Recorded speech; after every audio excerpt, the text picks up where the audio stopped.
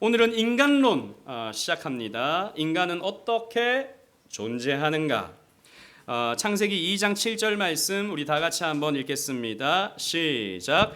여호와 하나님이 땅의 흙으로 사람을 지으시고 생기를 그 코에 불어 넣으시니 사람이 생명이 된지라. 아멘. 하나님이 땅의 흙으로 사람을 빚으시고 그 코에 생기를 불어 넣으셨습니다. 그래서 사람이 네페시 하야, 생명, 살아있는 존재, 존재하는 인간이 된 것입니다. 인간은 어떻게 존재하는가? 어디에서 왔고 어디로 가는가? 인간은 어떻게 살아야 하며 무엇을 위해 살아야 하는가? 이것은요, 오래전부터 인간이 갖고 있는 질문이었습니다. 거기에 대해서 철학자들은 많은 답을 했었죠. 그러나 인간은 이렇다 저렇다 말들은 많지만 자기 생각마다 다 다른 거죠. 철학자들은. 그리고 우리는 압니다. 우리는 성경을 통해서 압니다. 인간은 어디에서부터 시작되었는지 또 어디를 향해 가고 있는지 우리는 알죠. 그래서 우리는 하나님 앞에서 어떤 존재인가를 질문하게 됩니다. 이것이 우리의 어떤 존재적인 근본적인 질문이라고 할 수 있습니다. 특별히 기독교인에게 있어서 하나님을 아는 지식은 너무나도 중요합니다.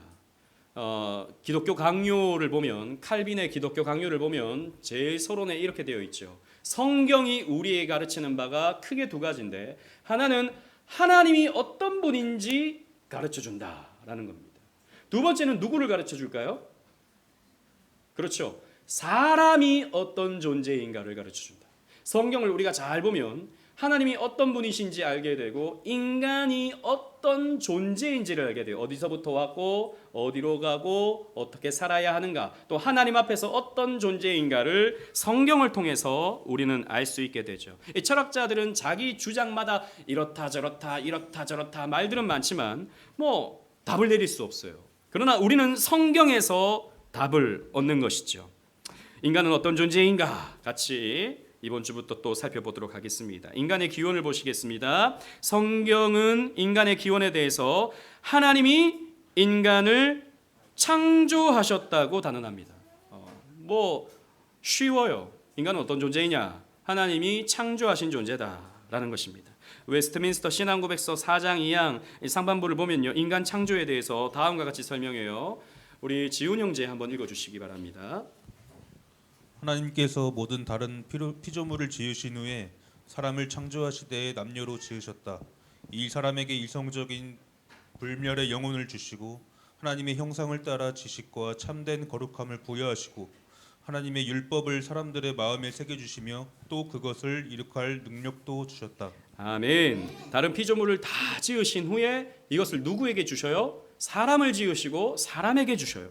그리고 두 가지의 성별을 주셨습니다. 남자와 여자. 중간에 있습니까? 없습니까? 없습니다. 그리고 이성적인 불멸의 영혼을 주셨다. 사람만이 영혼을 가져요. 이 사람의 영혼은 불멸의 영혼이다. 죽어도 계속 영혼은 존재한다라는 것입니다. 그리고 하나님의 형상을 따라 지식과 참된 거룩함을 부여하시고 율법을 새겨주셨고 그것을 이룩할 능력 또한 인간에게 주셨다라고 웨스트민스터 신앙고백서는 설명하고 있어요. 그래서 성경은요, 인간 창조에 있어서 다른 피조물과 구별되는 다른 특징들이 인간에게 있다라고 말하고 있습니다. 첫 번째를 보시면 삼위 하나님의 논의를 통해서, 그리고 하나님의 무엇을 통해서 창조하셨을까요? 그렇죠. 계획을 통해서 인간을 창조하셨습니다. 다른 피조물들도 하나님의 질서 속에서 창조하셨지만 논의를 하신 것은 없어요. 그리고 계획을 하신 것은 또 없습니다. 다른 피조물은. 하나님은 인간을 창조하시기 전에 삼위 하나님께서 인간에 대해 친히 논의하시고 계획하셨다라고 하는 것을 창세기 1장 26절을 통해서 말씀하고 있습니다.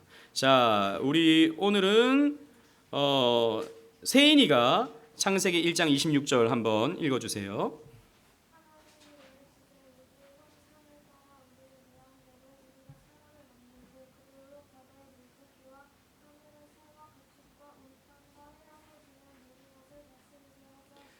아멘.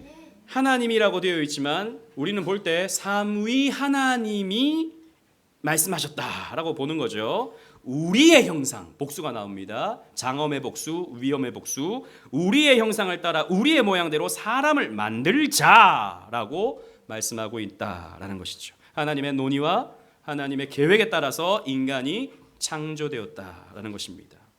그래서 하나님의 피조물 가운데 인간은 만물의 영장이 되는 것입니다. 특별함이 있는 거예요.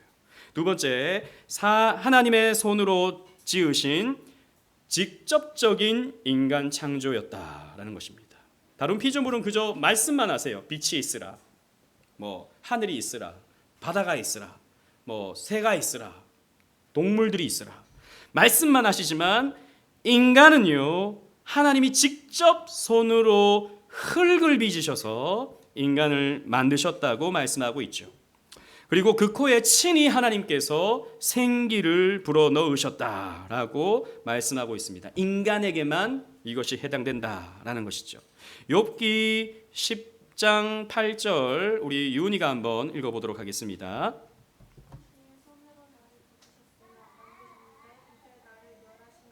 자, 보세요. 주의 손으로 나를 어떻게 하셨다고요? 빚으셨다. 그리고 하나님이 나를 만드셨다. 라고 이렇게 욥은 표현하고 있다는 것이죠. 인간은 하나님께서 직접 지으셔서. 그래서 여러분, 우리의 몸에는 뭐가 묻어 있어요? 하나님의 지문이 묻어 있어요. 그래서 우리 인간을 잘 연구하면 하나님이 어떤 분인가도 어느 정도는 우리가 알 수 있게 되는 것이죠. 세 번째, 하나님의 형상을 따른 인간 창조였다라는 것입니다. 인간만이 하나님의 형상을 가졌다라는 거예요. 하나님은 자신의 형상, 이 형상에 해당하는 히브리어가 첼렘 이렇게 표현하는데요. 하나님의 형상과 하나님의 모양, 이 모양이라는 말은 데무트라는 히브리어입니다.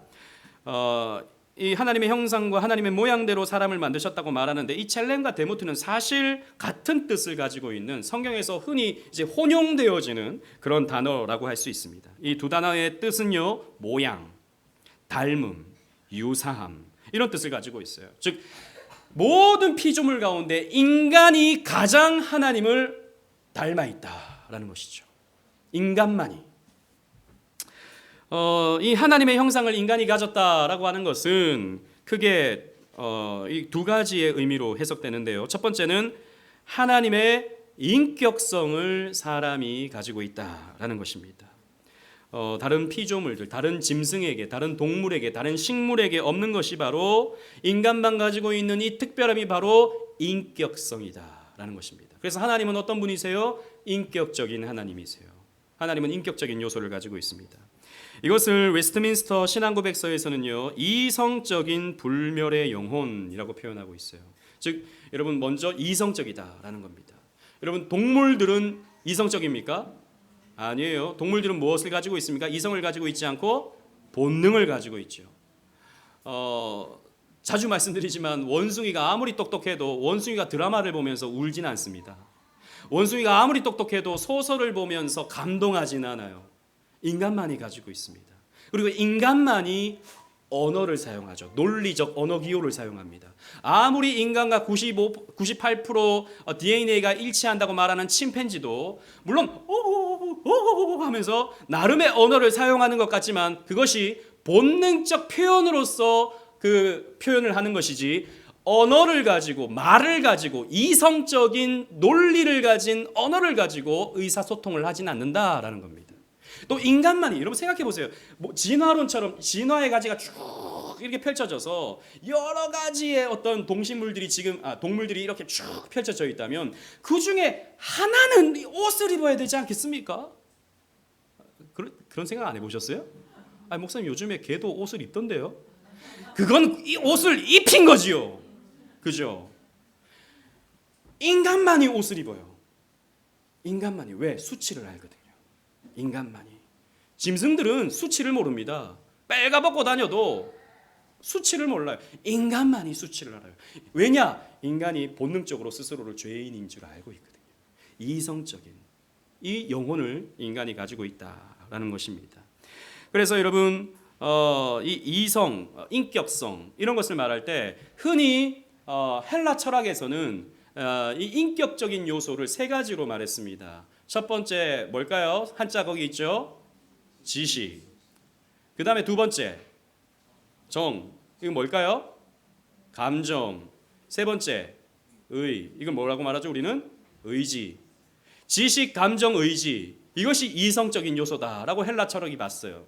그래서 여러분 초창기 우리 신학자들은요, 인간의 어떤 인격성, 하나님의 인격성을 배운 인간, 하나님의 인격성을 닮은 인간이라고 했을 때 헬라 철학의 영향을 받아서 지, 정, 의를 인간이 가졌다라고 말했습니다. 뭐 틀렸다라고 말하기는 또 조금 어렵죠. 어쨌든 인간만이 이런 특별함을 갖습니다. 그런데 두 번째가 더 중요한데요. 하나님의 형상을 가졌다라고 하는 것이 20세기 이제 들어오면서 새로운 해석으로 이어집니다. 하나님의 대리 통치적인 의미가 있다라는 것이죠. 20세기 후반 고고학의 발전으로 고대 근동 지역에는 다 어떤 게 있었냐면 신의 형상이라는 개념들이 있었다라고 하는 것을 이런 쇠기 문자라든지 고고학적 어떤 문헌들을 통해서 발견하게 된 것이죠. 즉, 이 고대 근동 지역의 왕들은요 신으로 숭배를 받았습니다. 파라오도 마찬가지였고 아수르 나르시팔도 마찬가지였고 자기 스스로를 신으로 여겼어요. 그런데 모든 땅, 넓은 땅을 통치할 수 없으니까 신하들에게 그러니까 왕의 형상, 신의 형상을 부여해 주었습니다. 그리고 그 지역들은 그 신하들이 왕을 대신해서 대리 통치하게 만들었다라고 하는 것을 20세기 후반에 이런 문화적인 어떤 의미 이런 것들을 발견할 수 있게 되었던 것이죠. 따라서 인간은 하나님의 형상을 가졌다라고 하는 것이 어떤 의미가 되겠습니까?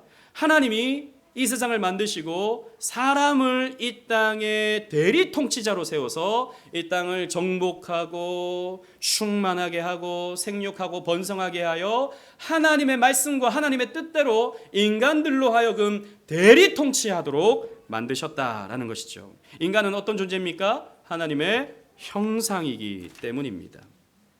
그래서 모든 다른 피조물들을 지배하고 다스리는 권세를 하나님께로부터 위임받게 된 것이죠. 그래서 아담에게 하나님이 이제 모든 동물들을 아담 앞으로 데리고 오게 해서 아담이 뭘 해주죠? 이름을 지어줍니다. 이름을 지어준다. 코끼리가 오니까 너는 코가 기네. 코끼리. 너는 목이 기네. 기린. 코에 뿔이 나 있네. 코뿔소. 물론 한국말로 이렇게 지진 않았을 거예요. 그죠? 어쨌든 아담이 이름을 지어주는 거예요. 여러분 이게 무엇입니까? 원래 이름이라고 하는 것은 왕이 신하에게 부여해 주는 겁니다. 고대 우리나라도 마찬가지죠. 성이라고 하는 것은 왕이 이제 신하들에게 성씨를 부여해 주죠. 너는 예를 들어서 저 같은 경우는 진주광씨니까 진주 출신이니까 진주강씨라 해라. 그러면 원래는 여러분 우리나라 옛날에는 성이 없었어요. 근데 이제 그 이후로부터 이제 차근차근 성들이 생기는데 성이라고 하는 것은 이제 하사받는 것입니다. 하사받는 것. 사실 구한말 이전에도 성 없는 사람들이 태반이었습니다. 우리나라에는. 근데 이제 성을 다 갖게 됐죠. 어쨌든 이름이라는 것은 통치자가 부여해 주는 거예요. 아담은 하나님의 대리 통치자로서 동물들을 다스려야 하는 혹은 하나님의 피조 세계를 다스려야 하는 그런 책임을 받게 된 것이죠. 창세기 1장 28절 우리 예하가 한번 읽어봅시다.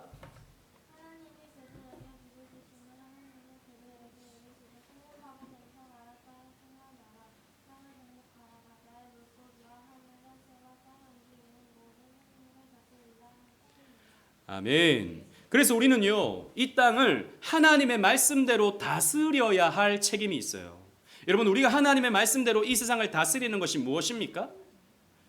바로 이 세상을 하나님 말씀대로 말씀이 흘러가도록 여러분들이 사명을 감당하는 거예요. 그게 여러분들의 왕적 사명입니다. 저와 여러분들은 다 왕적 사명을 가지고 있어요. 옛날 우리 복음성가 가운데 이런 게 있었습니다. 왕 나는 왕자다. 하나님 나라에 나는 왕자다. 내가 비록 어릴지라도 나는 왕자. 하나만 네가 뭐라고? 하람이 너 뭐라고? 어떤 사람이라고? 왕자예요. 우리 하람 왕자님. 우리 하람 왕자님은 하나님 말씀을 잘 배워서 하나님의 말씀이 이 땅에 흘러갈 수 있도록, 하나님의 통치가 흘러갈 수 있도록 왕적인 사명을 감당하는 하나님의 대리왕입니다. 대리왕. 아멘. 그래요. 자, 네 번째로 인간을 영과 육으로 창조하셨어요.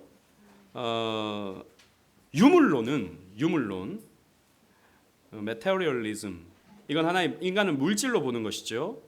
인간의 본질을 설명할 때 영혼의 실제를 부정합니다. 유물론이 발전해서 이제 공산주의가 되잖아요. 공산주의는 인간을 혁명 도구로 보지 인격으로 보지 않습니다. 하나의 도구로만 본다고요. 그저 육체로 보는 것이죠. 하지만 기독교는요, 인간을 영혼과 육체로 구성되었다고 봅니다. 사실 이것은 동서고금을 막론하고 모든 세계 곳곳에 가지고 있는 사람들의 어떤 상식입니다. 뭔가 배우지 않아도 영혼이 있을 것이라고 하는. 성경에는 이 인간이 영혼과 육체로 구성되었다라고 하는 많은 표현들이 나오죠. 근데 가끔씩 보면 인간을 구분할 때 영과 혼과 육으로 구분하기도 합니다. 이것을 삼분설이라고 말하기도 하는데 사실 이것은 헬라 철학에 또 영향을 받은 거예요. 영과 혼과 육으로 구성되었다. 아리스토텔레스가 이렇게 생각을 했었거든요. 근데 이게 또 기독교 안에 들어오면서 영과 혼과 육으로 사람을 구분하는 그런 표현들이 있는데 그러나 우리 개혁파 교회는요, 이분설을 따릅니다. 영혼과 육체다라는 것이죠. 전도서 12장 7절에 우리 주한이 손을 아까부터 들었는데 이제야 시켜드립니다. 한번 읽어보도록 하겠습니다. 흙은 여전히 땅으로 돌아가고 영은 그것을 조심하라. 이렇게 돌아가기 전에 기억하라. 아멘. 우리 늘 열심히 하는 우리 주한이에게 박수 한번 하도록 하겠습니다. 자, 보세요. 흙을 여기서 지금 뭘로 대유법한 거예요? 여기서 말하는 흙은 뭘 말하는 거예요? 육체를 말하는 거예요. 그죠? 흙에서 왔으니까. 이 흙은, 육체는 어디로 돌아가요? 땅으로 돌아가요. 여러분들은 영혼과 육체가 분리될 때가 오죠. 이것을 죽음이라고 말하는데 여러분들의 육체는 죽으면 어떻게 됩니까? 없어져요? 없어져요. 그런데 우리 대부분의 지금 대한민국의 90%는 화장장으로 갑니다. 화장장으로 가서 태워져요. 육체가. 그리고 재만 남죠. 그 재를 어떻게 해요? 요즘엔 낙골당에 이렇게 모셔요. 낙골당에 모셨다가 20년 지나면 아무도 안 챙기면 어떻게 해요? 버려요. 흙으로 돌아갑니다. 어떻게든 흙으로 돌아갑니다. 인간은요, 흙으로 돌아갑니다. 하지만 영혼은 어떻게 됩니까? 영혼은, 우리 성도들의 영혼은 어떻게 되죠? 천국으로 들어가요. 하늘로 갑니다. 구천을 또 돌아다닙니까? 구천을 또 돌아다니면서 제삿날이 되면 오늘 내 제삿날이네. 그래서 와서 아이고 밥 차려놨네. 젓가락을 여기 넣으면 요거만 먹다가 젓가락을 저기 넣으면 요거 먹다가 밥 숟가락 꼭 꽂아 넣으면 이거 퍼먹고 이렇게 그렇게 합니까? 제사 안 지내봐가지고 잘 모르시는. 저는 옛날에 저도 제사 지낼 때 1년에 한 4-5번 있잖아요. 뭐 친척까지 나가면 한 7-8번 있잖아요. 숟가락을 꽂았다가 했다가 제사밥 안 먹습니다. 구천을 또 들고 다니다가 무당이 원혼이 있어가지고 좀 오셔서 왜 죽었는지 설명 좀 해주십시오. 그럼 와가지고 쇠가 와가지고 내가 죽은 이유는 이것 때문일세. 이렇게 말합니까? 그렇지 않다라는 것입니다. 성도의 영혼은 천국 가고 불신자의 영혼은 어떻게 됩니까? 지옥을 가는 것입니다. 그래서 우리는 영혼과 육체 이 두 가지로 나뉘어지는 것으로 보는데요. 그래서 인간은요 흙으로 지어졌다라는 것이죠. 흙의 원어인 히브리어 아파르는 진토, 먼지, 티끌 이런 뜻을 가지고 있습니다. 여러분 이거 참 의미심장해요. 인간만이 흙으로 하나님이 만드셨습니다. 이건 뭔가 의미가 있는 것이죠. 인간은 인생 가운데 대단한 것 같지만 한낱 먼지, 티끌, 흙에 불과하다라는 것입니다. 여러분 인간은 흙이에요. 뭐 대단하다고 뭐 우리 어깨에 으쓱일 필요가 없습니다. 우리는 다 흙으로 돌아갈 뿐이에요. 아무것도 아닌 존재다라는 거예요.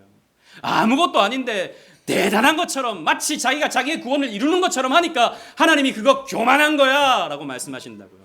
우리는 언제나 이렇게 고백해야 돼요. 하나님, 나는 흙입니다. 당신께서 나를 빚어주실 때에 저는 비로소 존재할 수 있습니다. 이게 히스기야의 기도입니다. 이게 야베스의 기도입니다. 창세기 3장 19절 우리 할인이가 한번 읽어보자. 100만 원 가지고 있는 할인이가.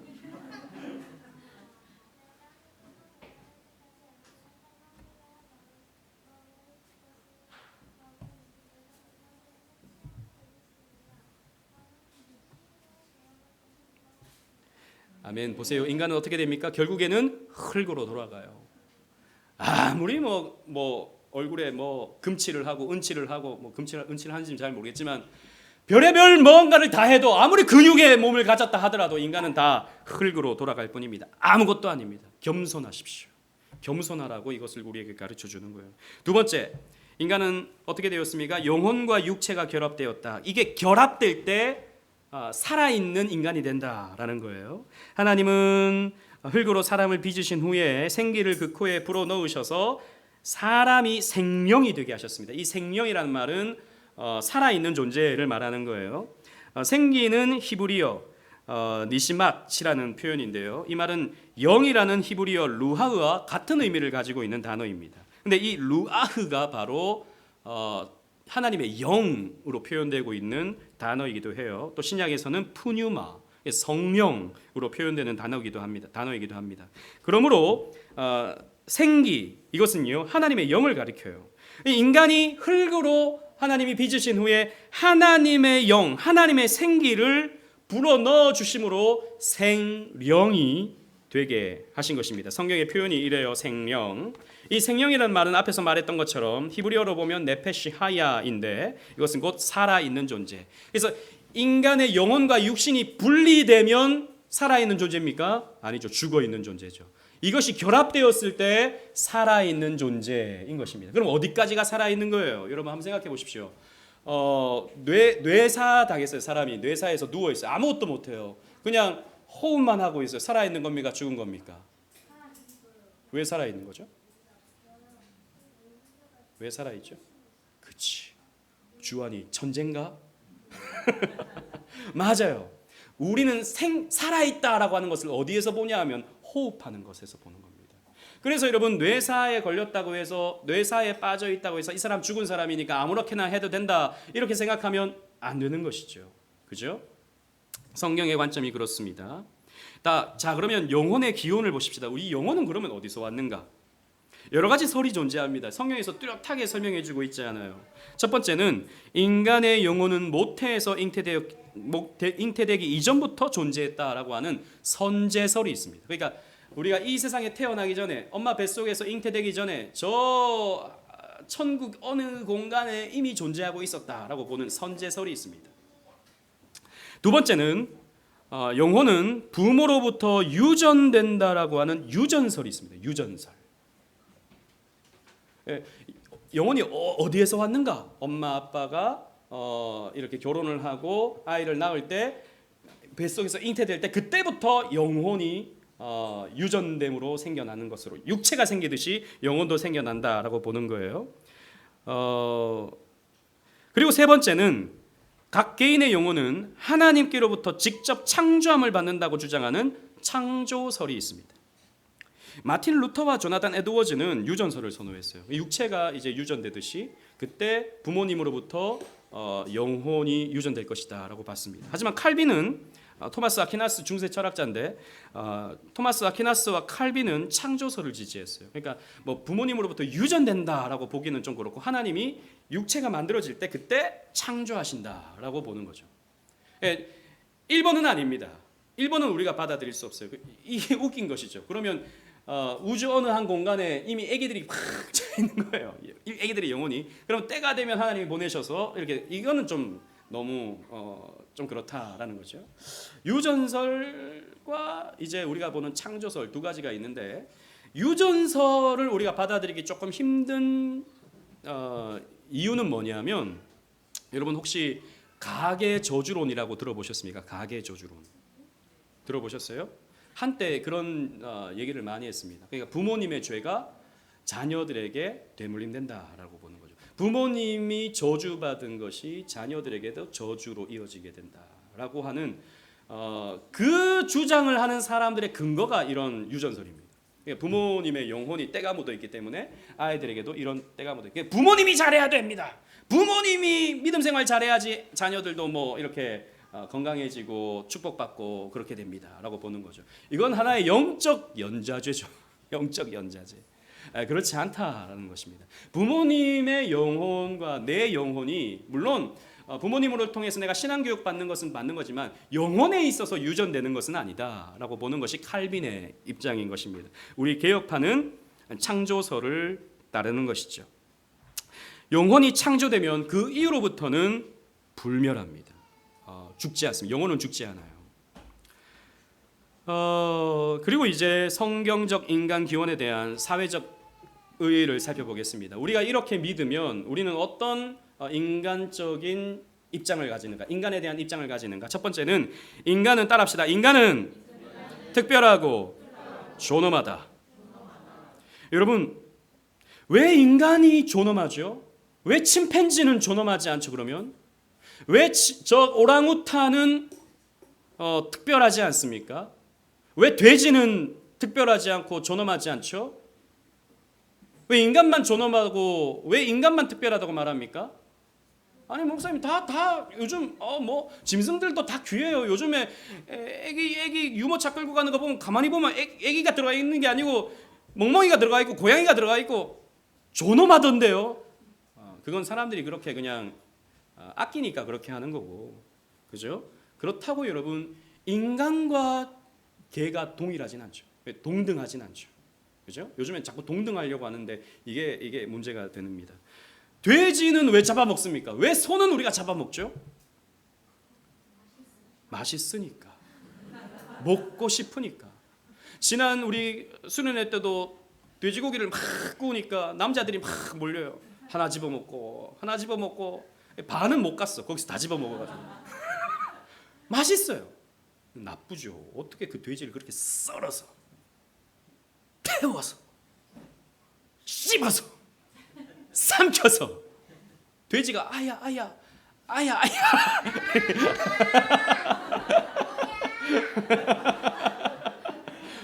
그러지 않겠냐고요. 근데 왜 돼지는 잡아먹고 왜 인간은 오늘은 누구를 잡아먹지? 왜 이렇게 하지 않습니까? 인간은 특별하고 존엄하기 때문이죠. 그 이유는 사실 진화론으로는 설명할 수 없어요. 그죠? 성경의 답을 찾을 수 있습니다. 왜냐? 인간이 하나님의 형상으로 지음을 받은 특별하고 존엄한 존재이기 때문입니다. 그래서 인간은요 하나님의 사명을 감당할 수 있는 유일한 피조물이기 때문에 존엄성을 갖는 거죠. 여러분 불신자들은 그러면 존엄하지 않습니까? 저들은 하나님 모르니까 저들은 존엄하지 않아. 어차피 지옥에서 태워질 지옥의 땔감들이니까. 여러분 그렇게 말합니까? 그렇지 않습니다. 불신자들도 하나님의 형상입니다. 불신자들도 자기들의 일을 하고 생산적인 활동을 함을 통해서 우리 이 사회를 아름답게 가꾸어 간다고요. 불신자들도 우리에게 유익을 준다고. 돼지고기를 판매해 줌으로써 우리가 다 유익을 주는 존재입니다. 그래서 사람은요 함부로 살해해서는 안 됩니다. 그래서 6계명에 뭐라고 말합니까? 뭐 하지 말라? 살인하지 말라. 인격에 대해서 성경은요 존중하라고 가르쳐주고 있죠. 두 번째 따라합시다. 인간은 뭐 되지 않았다? 진화되지 않았다. 따라합시다. 인간은 진화되지 않았다. 성경은 인간이 하나님의 직접적인 창조로서 존재한다고 계시하고 있습니다. 따라서 인간은 그래서 특별하고 존엄하죠. 하지만 현대사회는 진화론을 기정사실로 받아들이고 있는데요. 이 진화론은 유물론적인 세계관을 갖습니다. 그러니까 하나의 영혼이 없는 물질이라고 보는 인간을. 그러니까 뭐 인간을 가지고 뭐 실험도 하고 인간을 가지고 뭐 여러 가지 것들을 하게 되는데 이런 세계관은요 인간이 왜 특별한지 왜 존엄한지 설명할 길이 없고 윤리와 도덕의 필요를 잃어버리게 만듭니다. 이 사람들에게 있어서 윤리와 도덕은 그저 사람들이 함께 살기 위해 하나의 법을 만들어 놓은 것이다 라고 생각을 하는 것이죠. 사회 계약적인 법들이다 그러면 계약을 바꾸면 그럼 사람은 죽여도 되는 거냐? 뭐 이렇게 생각하면 또 답이 안 나오죠.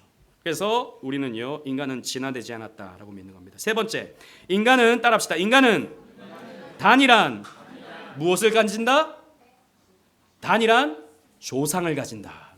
다시 따라하겠습니다. 인간은 단일한 조상을 갖는다. 하나님께서 창조하신 인류의 시조는 아담과 하와입니다. 그들이 인류의 부모입니다. 저는 강민수예요. 김창기 형제는 김씨입니다. 이남희 권사님은 이씨예요. 박진수 집사님은 박씨입니다. 다 성씨가 달라요. 그런데 쭉쭉쭉쭉쭉쭉쭉 올라가면 어떻게 되느냐? 한 시조를 만난다라는 겁니다. 아담과 하와. 그러므로 우리는 다 어떤 존재냐? 우리는 다 한 가족이요, 한 형제이다라는 거죠. 이건 여러분 최근에 뭐 저도 자세하게 모르지만 그 뉴스에서 봤는데 그 인간의 미토콘드리아를 그러니까 조사해 보면 쭉 올라가면 놀랍게도 한 조상으로 귀의된다라고 하는 연구 결과가 있어요. 예, 인간을 아무리 저 아프리카의 오지에 있는 저 아메리카의 인디언들이라 할지라도 다 연구해 보면 한 조상으로부터 기원했다라고 설명할 수밖에 없는 증거가 나온다는 것이죠. 여러분 인터넷 찾아보십시오. 그런 증거들이 있습니다. 여러분 그렇기 때문에 온 인류는 넓은 의미에서 한 가족이며 친척이에요. 우리가 다 뭡니까? 한 가족입니다. 우리가 다 뭐죠? 한 친척입니다. 그러므로 우리는 서로를 귀하게 여길 줄 알아야 되는 것입니다. 우리는 이렇게 인간의 기원에 대해서 믿고 따릅니다. 성경이 가르치고 있는 대로 인간을 이해하고 그래서 인간을 존대하는 저와 여러분들 되시기를 주님 이름으로 축원합니다. 아멘.